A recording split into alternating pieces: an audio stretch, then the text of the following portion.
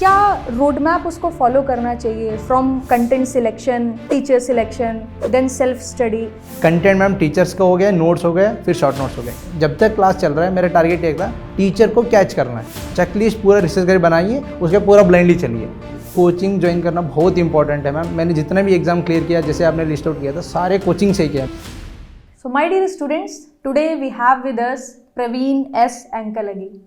इनकी प्रोफाइल बहुत स्ट्रॉन्ग है, बहुत सारे मल्टीपल एग्जाम्स ऐसे हैं जो इन्होंने क्लियर करे हैं। एक एक करके मैं आपको बताती हूँ। He completed his BTech from NIT Surathkal, Karnataka. इसके अलावा UPSC engineering services examination 2025 he got all India rank 99। GATE 2025 civil branch all India rank 221 and environmental science GATE 2025 all India rank 12। इतना ही नहीं, list is very long. ISRO ICRB all India rank 1, NPCIL selected 2025. Along with that, right now he is completing his training in Airport Authority of India. इसके अलावा भी college के through भी इनका placement हुआ था BEL में, जहां पर इन्होंने 2 साल काम किया और उसके बाद गेट और इंजीनियरिंग सर्विसेज एग्जाम प्रिपरेशन की प्लानिंग करी। So Praveen, let's discuss in detail. बहुत सारी चीज़ें हैं आपसे पूछने के लिए जो स्टूडेंट्स के लिए काफ़ी हेल्पफुल रहेंगी। First of all, thank you so much for your time. Thank you ma'am for my introduction. Okay, so Praveen, कहाँ से आप बिलोंग करते हो और ये सफ़र कैसे शुरू हुआ गेट और EAC का? मैम मैं कर्नाटक से बिलोंग करता हूँ मैम, उधर भी नॉर्थ कर्नाटक से। ओके। एंड मैम मैं फिजिक्स एंड मैथ्स में बहुत ज़्यादा इंटरेस्ट था मैम बचपन से ही, इसलिए मैंने सिविल इंजीनियरिंग चूज किया था। फिर मैंने उसके बाद जब कॉलेज फर्स्ट ईयर में था, फिर मैंने ट्राई किया कि रिसर्च करना कि कौन सी सबसे बेस्ट जॉब है फॉर सिविल इंजीनियर्स इंडिया में। फिर मैं सीनियर से एंड कोरा में वगैरह से इंटरनेट में सर्च करने से पता चला है कि इंजीनियरिंग सर्विस करके एग्ज़ाम होता है वहाँ पे। फिर मैंने सोचा कि मैम इसको तो करना ही है। फिर कॉलेज के बाद उसके बाद ma'am 3rd and 4th year में तो कोविड आ गया था हमारा टाइम पे, इसलिए मैं इतना प्रिपेयर नहीं कर पाया था, घर में था। फिर मैंने सोचा था कि कॉलेज के बाद तुरंत दिल्ली में मेड जी एडमिशन मैंने ले भी लिया था मैम। बट लास्ट मोमेंट में क्या हुआ कि वो प्लेसमेंट हो गया, उसकी वजह से मैंने कैंसिल करना पड़ा था मैम। एंड उसके बाद मैंने जॉब किया मैम 2 साल। फिर पहले से ही डिसाइडेड था कि मैम मुझे जॉब छोड़ना ही है एंड मुझे मेड जी दिल्ली में ज्वाइन करना है। फिर उसके बाद मैं तुरंत डायरेक्ट चंडीगढ़ से यहीं शिफ्ट हुआ था मैम। फिर मैंने यहाँ पे कोचिंग की। हाँ मैम, उसके बाद सारे एग्जाम्स दिए थे। सो BEL में 2 साल काम करने के बाद एक अच्छा एक्सपीरियंस हो जाता है, आप भी काफ़ी यूज्ड टू हो जाते हैं, एक अच्छी इनकम भी आ रही होती है। BEL is also a very good organisation. कैसे डिसीजन लिया कि भाई now I don't want salary and all and मैं जाऊंगा, तैयारी करूंगा गेट और EAC की? मैम ये सबसे टफेस्ट डिसीजन है मैम, बट मेरा नहीं है, सबका होता है मैम। क्योंकि मैं प्री डिसाइडेड था। जब मैं ज्वाइनिंग कर रहा था मैं उसी समय मेरे पेरेंट्स से पूछ लिया था, मैं तो ज्वाइन नहीं करना चाहता हूँ। अगर आप ज़्यादा फोर्स कर रहे हैं तो मैं आपसे एक ये लूँगा कि लाइक जब भी मैं छोड़ूंगा आप नहीं पूछोगे मेरे से। पहले प्री डिसाइडेड था मैम। लाइक मैं मेरे फ्रेंड्स को अभी देखता हूँ, वो सब ऑलरेडी फंसे हुए मैम, क्योंकि सैलरी आते रहता है, वो EMI में वो उस लूप में फंस गए। इसीलिए मेरा ये था कि जब भी मैं मेरे घर में जैसे लोन और बोलते थे, मैं नहीं लेता था मैम, उनको मना कर देता था। फिर उससे थोड़ा बहुत सेविंग करके मैं फर्स्ट ईयर में छोड़ना चाह रहा था मैम, बट सेविंग नहीं हुआ था इतना, इसीलिए मैंने ट्राई किया कि सेकेंड ईयर के बाद सेविंग के बाद मैं छोड़ दूं। तो कह सकते हैं एक self funded preparation? Yes ma'am, हाँ ये तो कम्प्लीटली था। ओके, सो आपकी प्रोफाइल देख के लग रहा है कि आप बचपन से काफ़ी स्टूडियस रहे हैं, बिकॉज बीटेक आपका NIT से है, JEE मेंस एग्जाम भी आपने क्लियर करा होगा। तो बचपन से ही स्टूडियस हो या फिर टाइम के साथ, एस्पिरेशंस के साथ आपने फिर प्रिपरेशन करना शुरू करा? मैम बिल्कुल ही मैं स्टूडियस नहीं था मैम, बट मैं बहुत स्मार्ट वर्कर हूँ मैम। मैं इवन मेड जी क्लासेस में बोलता था मेरे फ्रेंड्स को, यहाँ पे जितना भी लोग हैं बहुत सारे हार्ड वर्कर होंगे, बहुत सारे नॉलेजेबल पर्सन होंगे, बट मेरे जितना स्मार्ट पर्सन नहीं है यहाँ पे, ऐसा बोलता था मैम मैं हर बार। मेरा यही रहा मैम, बोर्ड एग्जाम में मैं हर जगह पे बहुत कम नंबर आते थे मैम, बट जब भी कॉम्पिटिटिव एग्जाम आता है मैं उसका पूरा साइकोलॉजी समझ के उसको क्रैक करना ट्राई करता था मैम। क्योंकि आप एग्जाम्पल में देना चाहो तो आप मान के चलो बोर्ड में 12th में 100 आउट ऑफ 100% आ गया, कौन सी कॉलेज मिलेगा मैम? कुछ नहीं मिलेगा। इसीलिए मेरा टारगेट रहता था कि उसके बाद जो एग्जाम्स है उसको क्रैक करना है। लाइक इवन बीटेक में भी आप 10 आउट ऑफ 10 लीजिए, क्या मिलेगा? कुछ नहीं मिल रहा है मैम। इसीलिए मैं टारगेट करता था उसके बाद जो एग्जाम आ रहे हैं उसमें फोकस करना है एंड 4 साल पूरा रेस्ट एंड चिल करो। ऐसा ही मैम जब भी नॉर्मल पीरियड रहता था मैं चिल आराम से एंजॉय करते, जो भी मेरा हॉबी है चिल करते रहता था मैम, टाइम पास करो। जब भी एग्जाम आता था पूरा उसका साइकोलॉजी समझ के जो जो उस एग्जाम का रिक्वायरमेंट है उसको समझ के ऐसे ही सेम बिहेव करना मैम हमें। लाइक टॉपर बनना है तो टॉपर से कैरेक्टरिस्टिक होना चाहिए, वैसा मैं बन जाता था फॉर दैट पीरियड। उसके बाद फिर नॉर्मल हो जाऊँ मैं। It's like a dual personality है। वैसे तो हम चिल कर रहे हैं, एंजॉय कर रहे हैं, but once the time will come तो आप सबसे ज्यादा सीरियस एस्पिरेंट की तरह निकल के बाहर बिल्कुल मैम, बिल्कुल। तो ये जो एस्पिरेशन है कि मुझे कॉम्पिटिटिव एग्जाम की तरफ जाना है, ईएसी क्लियर करना है, now you already cracked it and I think अभी आपकी ज्वाइनिंग पेंडिंग होगी। हाँ मैम। तो ये एस्पिरेशंस कहाँ से बिल्ड हुई? लाइक आपकी सराउंडिंग में कोई ऐसा था जो ईएसी की तैयारी कर रहा था? आपको मतलब ये पता भी कैसे चला कि आपको सर्च करना पड़ा कि best job in civil engineering? Ma'am इससे पहले थोड़ा सा पीछे जाना चाहूँगा मैम। 9th स्टैंडर्ड में मैं कानपुर गया था मैम, थ्रू माइग्रेशन करके एक सिस्टम होता है नवोदय स्कूल्स में। वहाँ पे मैंने एक एलुमिनाई फंक्शन हो रहा था मैम, उसमें एक सीनियर को देखा था, बहुत स्मार्ट है, बहुत कॉन्फिडेंट दिख रहा था मैम। फिर मैं सोचा कि इतना कॉन्फिडेंस कैसे है भाई, इसमें क्या है ऐसा चीज़ है। फिर मुझे बाद में पता चला मैम ये IIT कानपुर से था, इसीलिए इतना कॉन्फिडेंस था। फिर मुझे लगा था कि अरे ऐसा बंदा बनना चाहिए भाई हमें भी। वहाँ से ये इंस्पिरेशन लिया था मैम। उसके बाद फिर मैं आके मेरे फ्रेंड से पूछा कि भाई IIT में जाने के लिए क्या करना चाहिए बताओ। टीचर से पूछा, उन्होंने बताया कि ऐसे JEE एग्जाम होता है उसको क्रैक करो। फिर मैंने वो क्रैक करके मैं उसमें गया। अब नेक्स्ट स्टेप तो सोचना है ना मैम, अगले 4 साल 10 साल प्लानिंग होता है। उसमें मैंने सोचा कि कॉलेज के बाद हम क्या करना चाहूँगा, अभी प्लानिंग किया तो हेल्प हो जाएगा। इसलिए मैंने ये 2-3 महीना इसमें रिसर्च किया मैम, टीचर्स को सारे सीनियर्स को पूछते रहा, फिर उन्हें बताया। फिर मेरा ठीक है भाई ये डूएबल है, इसको हम टारगेट करेंगे। एंड मैं ऐसे ही ब्लाइंडली नहीं डिसीजन लेता हूँ मैम, मैं लाइक सारे एनालिसिस करके उसको डिसीजन लेता हूँ। लाइक हमारे कॉलेज से कोई EAC क्रैक किया तो मैं भी कर सकता हूँ, सही बात। अगर कोई नहीं किया तो हो सकता है मेरे लिए टफ हो, ऐसा मैं डिसीजन लेता हूँ हर बार। यहाँ से कौन कैसे गया, लाइक हमारा कोचिंग में भी 11th-12th में यहाँ से कहाँ तक लोग गए हैं वहाँ तक तो मैं आराम से जाना चाहिए, क्योंकि वहाँ तक के लिए तो टीचर में तो कोई कमी नहीं है, कोचिंग में तो कोई कमी नहीं है, क्योंकि वहाँ तो लोग जा रहे हैं। फिर हो सकता है मेरे में कमी हो क्योंकि मैं नहीं जा पा रहा हूँ। अगर मेरे पास सारे में रिक्वायरमेंट फुलफिल किया तो मैं भी जा पाऊंगा मैम। ऐसा करके मैं ये सारे प्लानिंग कर लेता था मैम।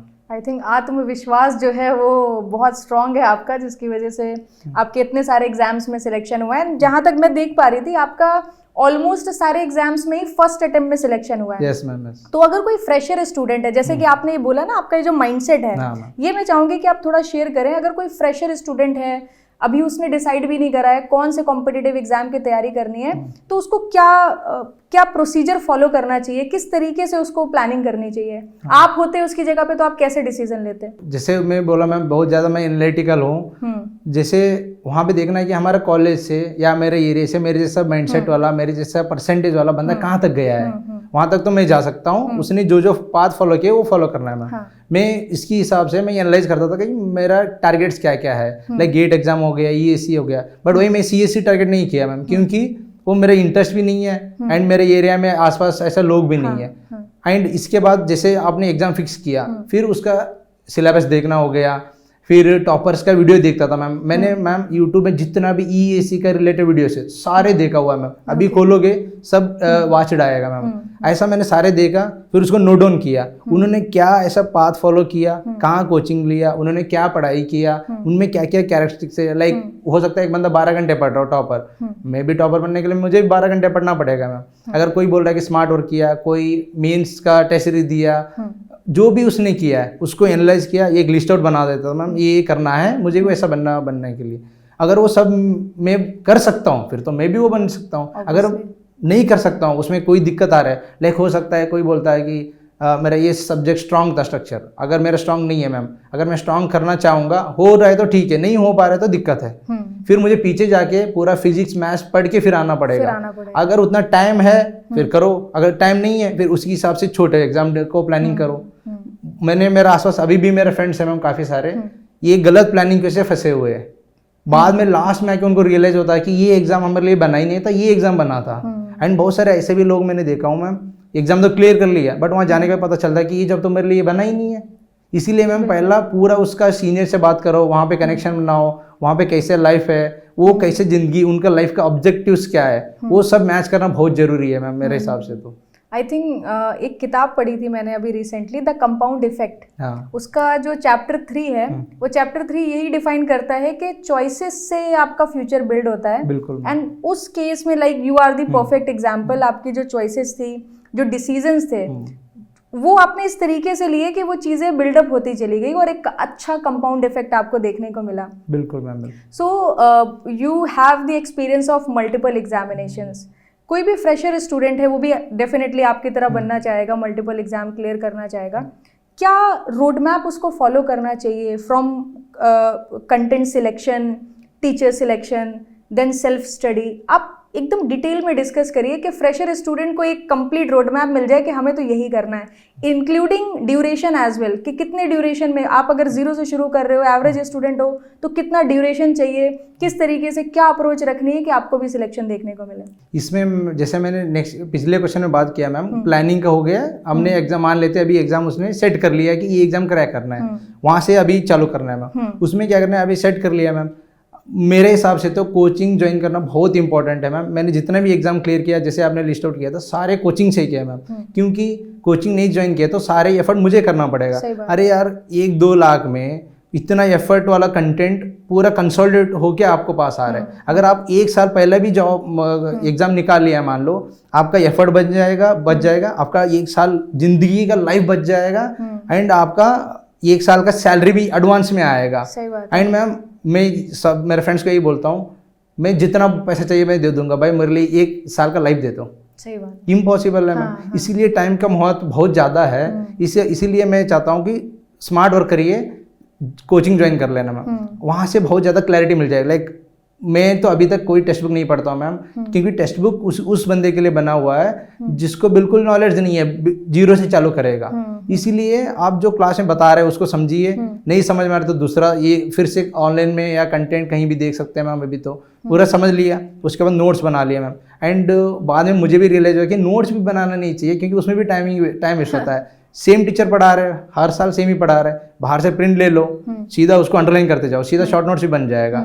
अगर ठीक है आपको लाइक बहुत सारे लोग होते हैं नहीं हमें तो बनाना है, वो भी टाइम वेस्ट है, फिर भी बना भी सकते हो। मैंने भी बनाया था, बट बाद में रियलाइज हुआ गलत है। इसके बाद शॉर्ट नोट्स बनाने में सीधा क्लास से गया, पढ़ाई किया, फिर शॉर्ट नोट्स बना लिए। शॉर्ट नोट्स बहुत जरूरी है मैम, बहुत ज़्यादा टाइम सेव करता है। कंटेंट मैम टीचर्स का हो गया, नोट्स हो गए, फिर शॉर्ट नोट्स हो गए, इतने ही कंटेंट रखना है, इसके बाहर नहीं रखना। क्योंकि मैम वही मैंने सेम रीजन जो बोला था, इस सेम कंटेंट से बंदा टॉपर बन रहा है तो मैं क्यों नहीं बन सकता? सही बात है। मेरे लिए कमी होगा ना, इसीलिए तो मैं नहीं पा रहा। टीचर्स में कोई कमी नहीं है, क्योंकि वहीं से बंदा उठ के फर्स्ट रैंक भी ले आ रहा है, हर टॉपर भी निकल रहा है। सही बात है। इसीलिए हमारे में जो कमी है उसको ठीक करना चाहिए, भला कि टीचर्स को ब्लेम करना। टीचर से कंटेंट ले लिया, उतना ही क्यों रिस्ट्रिक्ट रखो, टाइम वेस्ट नहीं करना ना। उसके बाद शॉर्ट नोट्स बना लिया, उसके बाद लगातार रिवाइज करते रहो, एंड PYQ सॉल्व करना है। उसके बाद वर्कबुक, उसके बाद टेस्ट सीरीज, एंड 2-3 साल के पिछले भी टेस्ट सीरीज लगाओ, क्योंकि लाइक क्या होता है ना मैम, बहुत सारे लोग ऐसे लोग हैं 2-3 साल से भी प्रिपेयर कर रहे होंगे, उनको एडवांटेज मिल जाता है। हमें पहली बार में कैसे उनको बीट करना है, वो भी तो स्ट्रैटेजी होना चाहिए ना, नहीं तो हम भी दूसरा बार में निकालेंगे।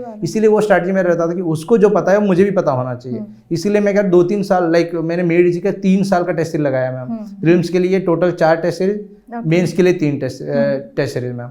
ऐसा करो। उसके बाद आता है जो स्मार्ट वर्क मैंने बहुत ज़्यादा किया था, जो लोगों को नहीं पता है मैम।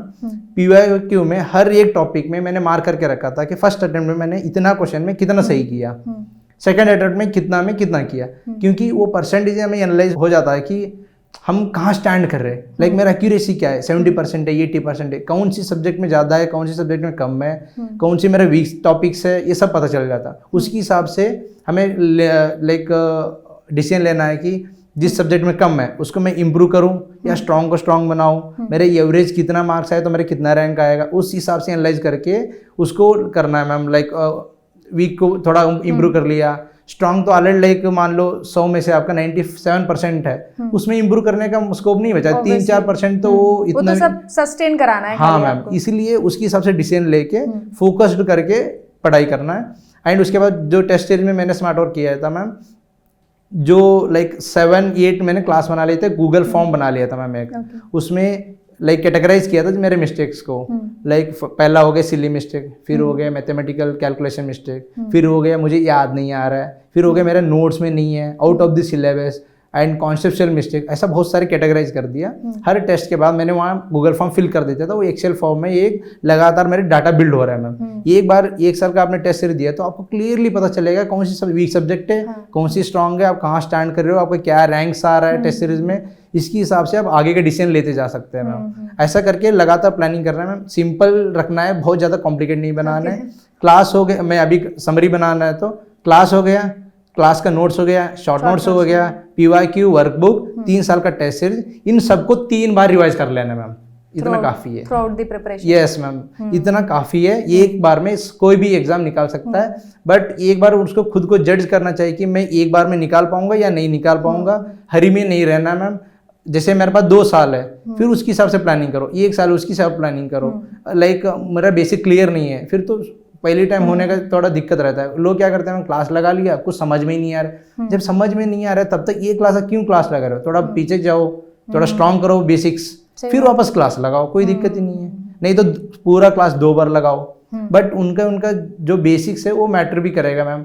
बट कोई भी बंदा निकाल सकता है ये स्ट्रेटजी फॉलो करके, बट हो सकता है थोड़ा टाइम ज्यादा लगे, थोड़ा कम लगे बस। I think you have very strong evaluation system. आपका जो सेल्फ इवेल्युएशन है ना, मैं थ्रू आउट द डिस्कशन में यही ऑब्जर्व कर रही थी कि कितने चेक पॉइंट्स आपने लगाए हैं।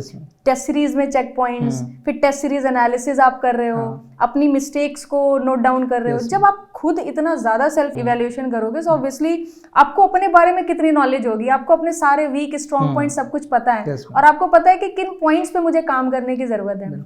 मेरा भी लगभग ऐसे ही मानना है कि देखो, कॉम्पिटिटिव एग्जाम का अपना एक लेवल है, आपको उस लेवल को टच करना है। जब तक आप उस लेवल को टच नहीं कर पाते हो तब तक आपका कोई भी सिलेक्शन नहीं होता। आप 1 साल 2 साल 10 साल भी तैयारी कर लोगे, आप अगर अपने आप को सेल्फ इवेल्युएट नहीं कर रहे हो, मार्क्स इंप्रूव नहीं कर रहे हो, एग्जाम के लेवल तक नहीं पहुंच रहे हो अपने आप को इंप्रूव करके, you are not going to get anything. इसमें ऐड करना चाहूंगा वही मैम, मैं बोलता था साइकोलॉजी समझना एग्जाम का। लाइक मेरे फ्रेंड्स को भी मैं बोलता था आप PhD करो, आपका इंटरव्यू नहीं होने वाला है, क्योंकि उनका रिक्वायरमेंट क्या है वो तुम्हारे अंदर होना चाहिए। ऐसा नहीं कि मैं बहुत कुछ जानता हूँ, मैं इतना बड़ा बंदा हूँ, बढ़िया बंदा हूँ, आप मुझे ले लो, ऐसा नहीं चलता है। उनका कुछ रिक्वायरमेंट्स है, वो हमने फुलफिल कर लिया ना, हमारी सिलेक्शन पक्की है। इसीलिए एग्जाम का क्या रिक्वायरमेंट है वो समझना है मैम, उसी हिसाब से हमें प्ले करना है आगे। पूरा गेम वही, it's like ma'am project execution बोलो या ये गेम बोलो, उसको गेम को ऐसे प्ले करते जाना है। So I think that is the reason multiple times students repeat करते हैं, फिर कहीं ना कहीं उनको लगता है कि मैं एग्जाम के लिए नहीं बना हूँ, या फिर ये एग्जाम मेरे लिए नहीं बना है। और कुछ कई बार ऐसा होता है कि लोग छोटे एग्जाम्स की तरफ शिफ्ट हो जाते हैं ESE गेट की प्रिपरेशन करते करते। सो जैसे आपने पूरी प्रिपरेशन स्ट्रैटेजी बताई, ठीक है, आपका एक लंबा सफर रहा है इस प्रिपरेशन की जर्नी में, आई थिंक 1.5 ईयर्स रहे हैं। Yes ma'am. तो पहला क्वेश्चन तो मैं आपसे यही पूछूंगी कि कंसिस्टेंसी कैसे मेंटेन हुई, because this is also a big problem right now. और आज के टाइम पे तो डिस्ट्रैक्शंस भी बहुत ज्यादा हैं। पहले कोविड से पहले इतने डिस्ट्रैक्शंस नहीं थे, but right now I think people are suffering a lot. तो उस चीज को कैसे कोप अप करते थे? कभी तो ऐसा होता होगा कि नहीं पढ़ने का मन है या मेरा नहीं हो पाएगा, तो उसको कैसे करते थे? मैम मेरा नहीं हो पाएगा तो कभी नहीं आया मैम, क्योंकि मैं पूरा प्लान से आया था। सोशल जब मीडिया से आते हैं, मैं जैसे ही यहाँ पे आया सारे मैंने डिलीट कर दिया मैम, व्हाट्सएप, इंस्टाग्राम, यूट्यूब, सब कुछ जस्ट अनइंस्टॉल नहीं किया था मैम, अकाउंट ही डिलीट कर लिया था मैंने। एंड अभी तक मेरे पास अभी भी नहीं है ma'am, only recently time pass होने के लिए इंस्टाग्राम यूज किया हूँ, यूट्यूब अभी तक मेरे पास नहीं है मैम। सारे अकाउंट ही डिलीट कर दो मैम, जो भी है ठीक है, क्योंकि उसके बाद तो आप यूज कर सकते हैं ना। अभी मैं यूज कर रहा हूँ, आपका टारगेट तक जो भी रिक्वायरमेंट है वो करना है। लाइक सोशल मीडिया तो सब अनइंस्टॉल करना चाहिए मैम, ओनली मैं टेलीग्राम एजुकेशन पर्पज रख रहा था। ये तो एक पॉइंट हो गया मैम। फिर वो सॉरी मैम मैं क्वेश्चन भूल गया, आप आगे क्या पूछे? कंसिस्टेंसी। उसमें क्या किया था मैम, 2-3 स्ट्रैटेजी थे। लाइक जब तक क्लास चल रहा है उसमें कोई दिक्कत नहीं था मेरा, जब तक क्लास चल रहा है मेरा टारगेट एक था, टीचर को कैच करना है, सिंपल स्ट्रैटेजी। जब भी टीचर कंप्लीट करेगा, मेरा भी PYQ टेस्ट सीरीज जो भी है सारे कंप्लीट रहने चाहिए नेक्स्ट क्लास के लिए। ऐसा लगातार चलते रहे मैम, जब तक क्लास कंप्लीट कोई दिक्कत ही नहीं आया। उसके बाद दिक्कत मुझे भी आ रहा था मैम, गेट टाइम में भी बहुत थोड़ा लेजी हो गया था। फिर हमने स्ट्रैटेजी किया, ऐसा तो नहीं चलेगा, 3-4 लोग मिलकर एक ग्रुप बनाया मैम, उसमें हमने किया था जो जो मिस करेगा उसको ऐड करते रहेंगे, जो भी टारगेट मिस करेगा वो सबको कॉफी पिलाएगा मैम, 50 रुपए का मिनिमम ऐसा रख लिया। एक बार मिस किया तो 3 लोगों को कॉफी पिलाना है, ये एक डर बैठ गया था मैम। एंड हमने इतना फ्लेक्सिबल उसको रखा था कि सब अचीवेबल होना चाहिए। लाइक मिनिमम 7 आवर पढ़ना है विदाउट क्लास। अगर आप 8 घंटे भी चूज करो, 9 भी चूज करो, 11, 12 जितना मर्जी चूज करो, ग्रुप में एक बार इन्फॉर्म करना है, उसी हिसाब के आपको डेली टारगेट हिट करना है मैम। लाइक कोई 7 करता था, कोई 8 करता था, मैं 11, 10, 12 इस रेंज में रहता था मैम। एंड हफ्ते में हमने एक बार ऐसा फ्लेक्सिबल रखा था कि हफ्ते में एक बार कभी भी आप छुट्टी ले लो, बट कंसिस्टेंसी मेंटेन करने के लिए 3 आवर मिनिमम पढ़ना है उस दिन। ऐसा जैसे मैं इन जनरल संडे छुट्टी लेता था मैं, 3 आवर पढ़ाई किया, उसके बाद फिल्म देखता था, नहीं तो फ्रेंड्स के साथ बाहर खाने जाता था, नहीं तो घूमने चला गया। यहाँ पे दिल्ली में तो बहुत सारे प्लेसेस है मैम। ऐसा हफ्ते में मैं तो एक आधा दिन छुट्टी लेता था मैम। नहीं तो गेम खेलो, कभी कभी मैंने तो पबजी भी खेला मैम। जैसे बहुत ज़्यादा डिस्ट्रैक्शन हुआ तो डाउनलोड कर लिया, खेल लिया उस आधा दिन, फिर अनइंस्टॉल कर लिया। ऐसा करके उसी रिस्ट्रिक्टेड रहता था। डेली तो कंसिस्टेंटली ऐसा मेंटेन कर देता मैम। एंड पढ़ाई जैसे बोलते हैं मैम बहुत सारे लोग, अर्ली मॉर्निंग पढ़ाई करना चाहिए, लेट नाइट पढ़ाई ऐसा कुछ नहीं है मैम। मैंने पूरा रिसर्च इसमें पढ़ाई किया। एंड मैं सारे साइंटिफिक की बात करता हूँ मैम, सब पढ़ के ही बोलता हूँ। इसमें मैंने सब पढ़ लिया मैम। आप जैसे 2 टाइप्स होते हैं, एक अर्ली मॉर्निंग जैसे अर्ली बर्ड बोलते हैं, एक वो ऐसा कुछ बोलते हैं मैम, मुझे याद नहीं आ रहा है। लाइक उसमें क्या है कि 2 वैरायटी के बंदे रहते जो जल्दी उठ जाते हैं, एक लेट उठते हैं एंड रात भर जगह रहते हैं। मैं सेकंड टाइप में हूँ। मैं रात भर पढ़ता था, दिन भर सोते रहता था मैम ऐसा। एंड मैं कभी भी नींद को खराब नहीं किया मैम। 8 घंटे बिल्कुल नाप के मैं सोता था।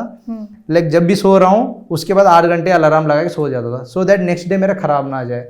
ऐसा बहुत सारे मैंने देखा हूँ मैम, बहुत ज़्यादा पढ़ने के ट्राई करते हैं बट अगले दिन खराब हो जाता है। इसकी वजह से पूरा टोटल एफिशिएंसी गिर जाता है। इसीलिए प्लानिंग से पढ़ना है मैम। 8 घंटे आराम से नींद लो, बट रिमेनिंग टाइम में पूरा एफिशिएंसी, इधर उधर टाइम वेस्ट नहीं करना।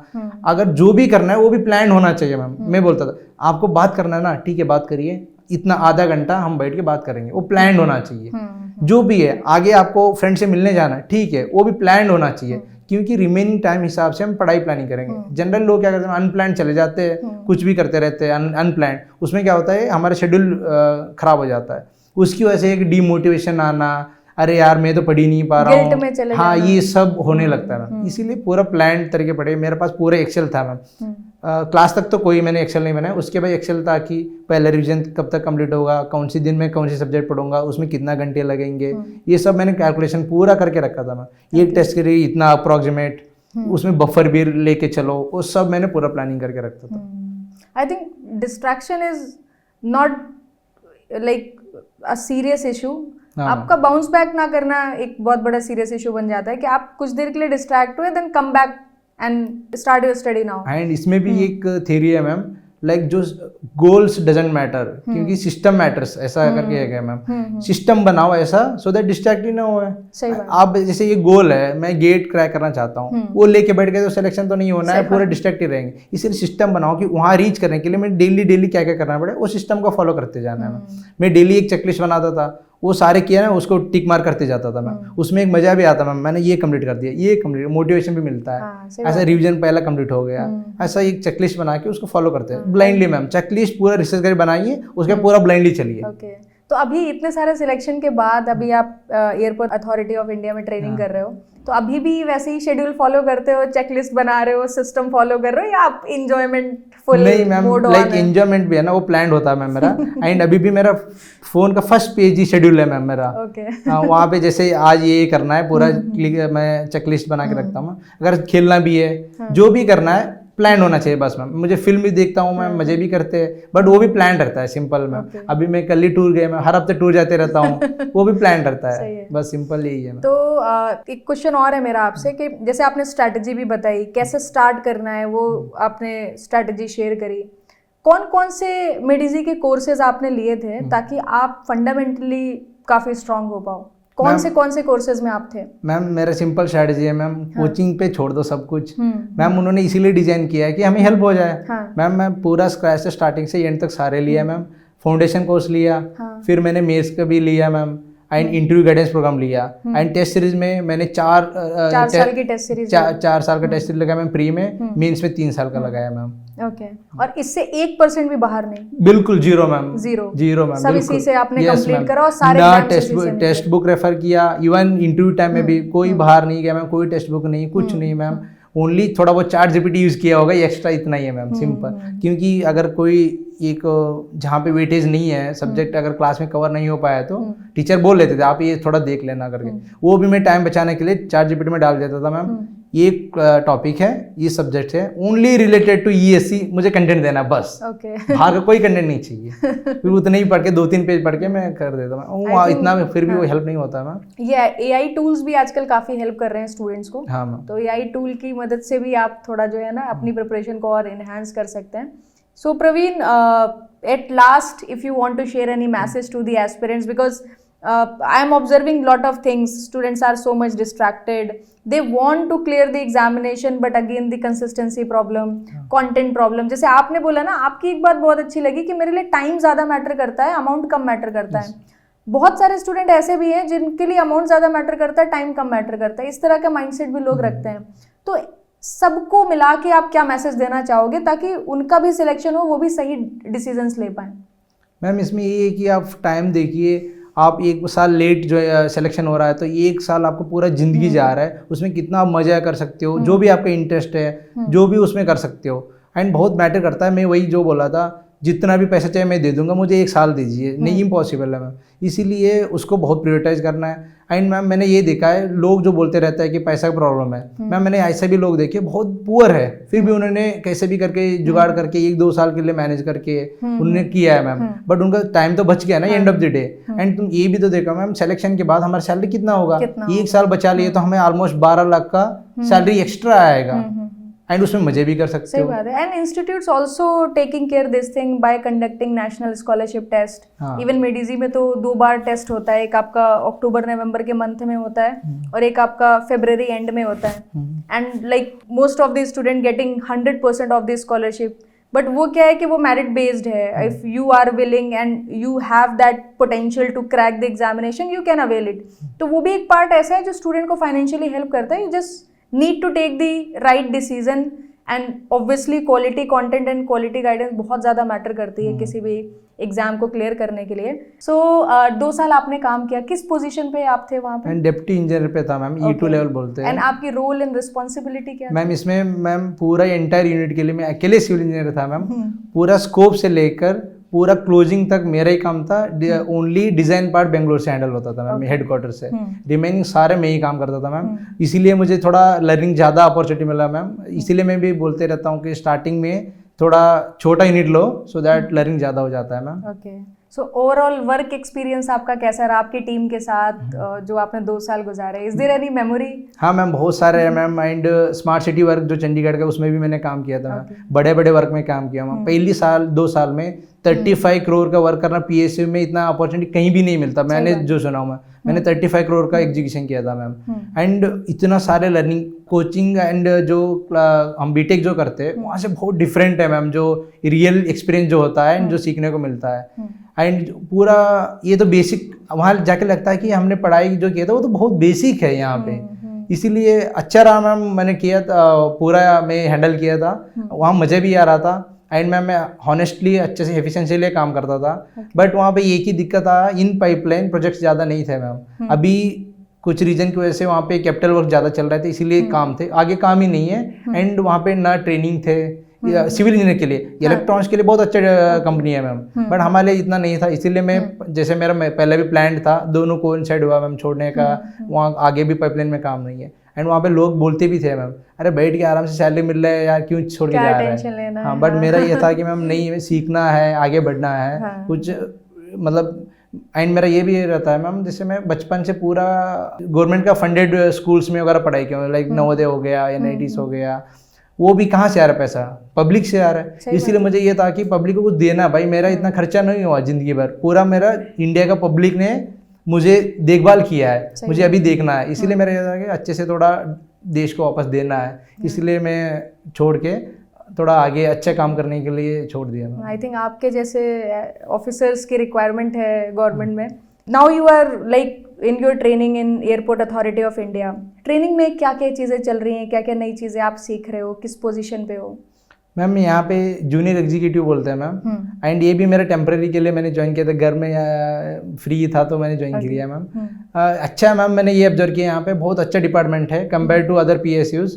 थोड़ा हो सकता है सैलरी कम लगे लाइक NPCL बार या इसरो से, बट सीखने को बहुत ज़्यादा है मैम, एंड ट्रेनिंग बहुत अच्छा कर रहे हैं। बाहर दूसरा PSU में तो ट्रेनिंग अच्छा नहीं कराते, यहाँ पे बहुत अच्छा है रहने का, एंड एंजॉयमेंट भी कर सकते हैं, फ्री है, पूरा टेक्निकल जो भी काम आता है वो पढ़ा रहा है। लाइक जो फ्रेशर है उनको लग रहा है कि इतना अरे यार ये क्या पढ़ा रहा है, बट जो मैं एक्सपीरियंस बंदा हूँ मुझे पता है कि बिल्कुल यही काम आ रहा है आगे।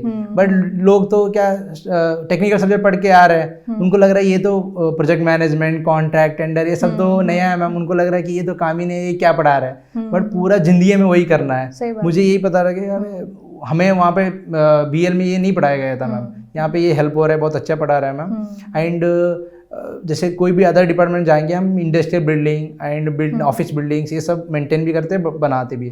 बट एयरपोर्ट में ये एक नया चीज़ है ना मैम, ये एयरपोर्ट टर्मिनल बिल्डिंग ये साइड बहुत सारे पूरा MM में काम होता है, इंटरनेशनल सारे world wide same standards use होता है, ये सब सीखने को मिल रहा है मैम। इसलिए मैं सोचा हूँ कि जब इसरो का भी ऑफर आया था मैं रिजेक्ट किया मैम, इसीलिए कि अरे यहाँ ज़्यादा सीखने को मिल रहा है कंपेयर टू इसरो में। मेरा फ्रेंड इसरो में है मैम, वो बोलते रहता है कि यहाँ पे तो ऑफिस बिल्डिंग यही काम चलता है, यहाँ पे बहुत ज़्यादा सीखने को मिल रहा है, दूसरा डोमेन का भी सीखने को मिल रहा है मैम।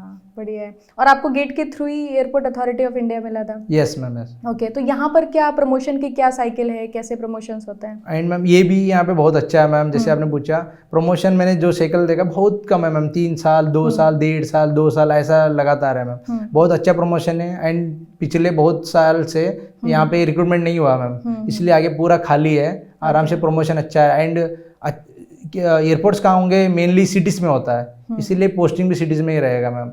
एंड जो स्टैंडर्ड्स है, जो सर्विस हम जो बोलते हैं एयरपोर्ट में जो मिलता है वो इनबिल्ट है सबका एम्प्लॉय के अंदर, इसीलिए वहाँ पे जो क्वार्टर्स है, गेस्ट हाउस वगैरह है, जो भी है उस लेवल का है मैम, मतलब पूरा अच्छा से मेंटेन्ड है। बढ़िया है। तो फ्यूचर एस्पिरेंट्स जितने भी हैं भाई, गेट TAC की प्रिपरेशन करिए, and airport authority of India waiting for you because there are so many vacancies which is still vacant, तो you can like fill that vacancies. So Praveen, काफ़ी मज़ा आई आपसे बात करके, यू हैव ह्यूज एक्सपीरियंस, आपसे भी बहुत सारी चीज़ें मुझे सीखने को मिली। ये जो आपका सेल्फ इवैल्यूएशन सिस्टम है, एक स्ट्रॉन्ग सेल्फ इवैल्यूएशन सिस्टम जो बहुत ज़्यादा हेल्प करता है सही डिसीजंस लेने के लिए, and the kind of discipline which you are maintaining in your life, that is commendable.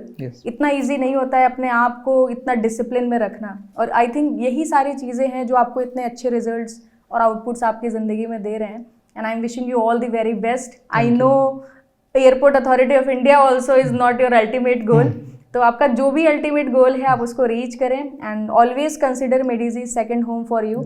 हम और आप आई थिंक लास्ट 1 ईयर से कनेक्टेड हैं। Yes ma'am, yes. So stay connected, if you required any help from our side. आप और हम 1 साल से हैं मैम, बट 21 से मैं 21 से मैं कनेक्टेड हूं मैम। 21 से, ओके।